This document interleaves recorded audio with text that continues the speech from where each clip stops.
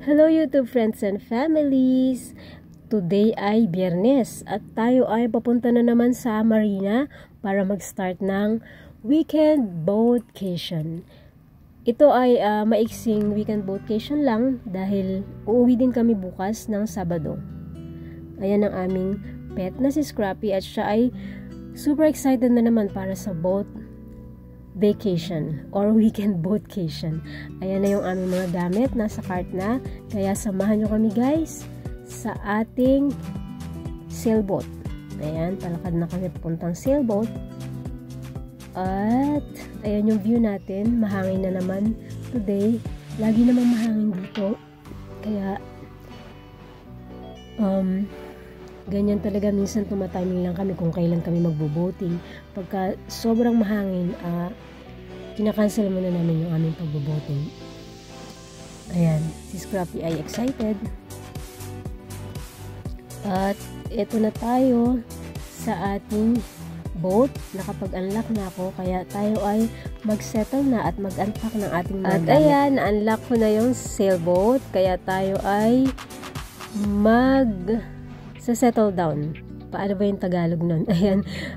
So, ayan, dadalhin ko na yung mga gamit namin sa loob ng sailboat para naman tayo ay makapag-relax or makapagpahinga bago tayo mag-dinner. At hindi ko alam na ang sailboat pala ay naglilinis ng boat dito na si Luis. Salamat, Luis.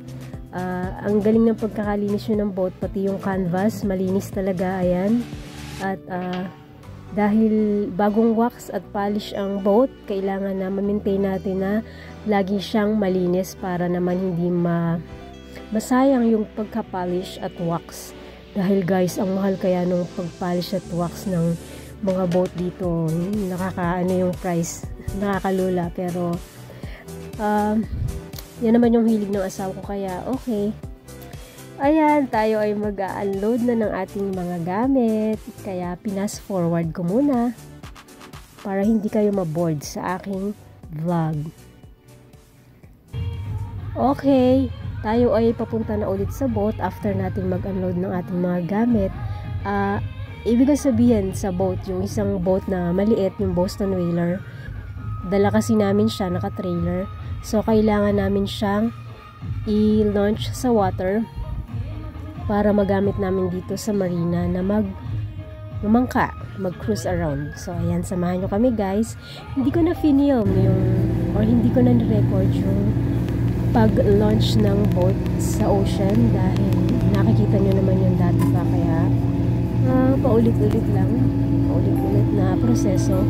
Kaya eto, nakasakay na kami sa boat ngayon at dadali na namin ito sa dock namin or kung saan naka-garahe ang aming boat.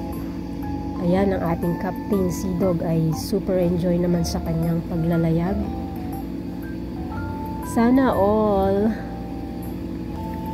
Kaya talaga yung namin na to, yung pet namin na si Scrappy, super love niya yung dagat, super love niya yung boat. Pagka weekend na, alam na niya, nafe-feel niya agad na ito na yung time para tayo ay mag-relax doon sa ocean. Kaya excited din siya. Parang nabubuhay yung kanyang excitement pagka weekend na. Lay down, good boy. It really is, huh? Parang nilalanghap-langhap na nga niya yung hangin, no? Nakikita niyo ba? So, kaya ayan, iyan yung way na alam namin na ang aming pet na si Scrappy ay happy din.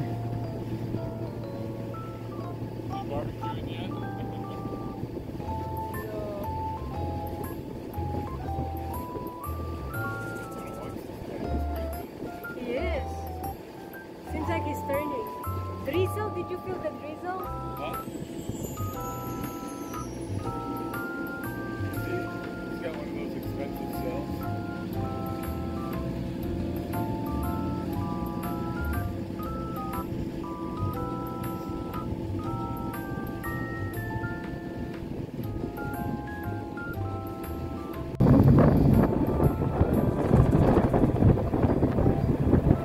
A little more windy right here. Hanggang dito na lamang muna at salamat sa pagnood.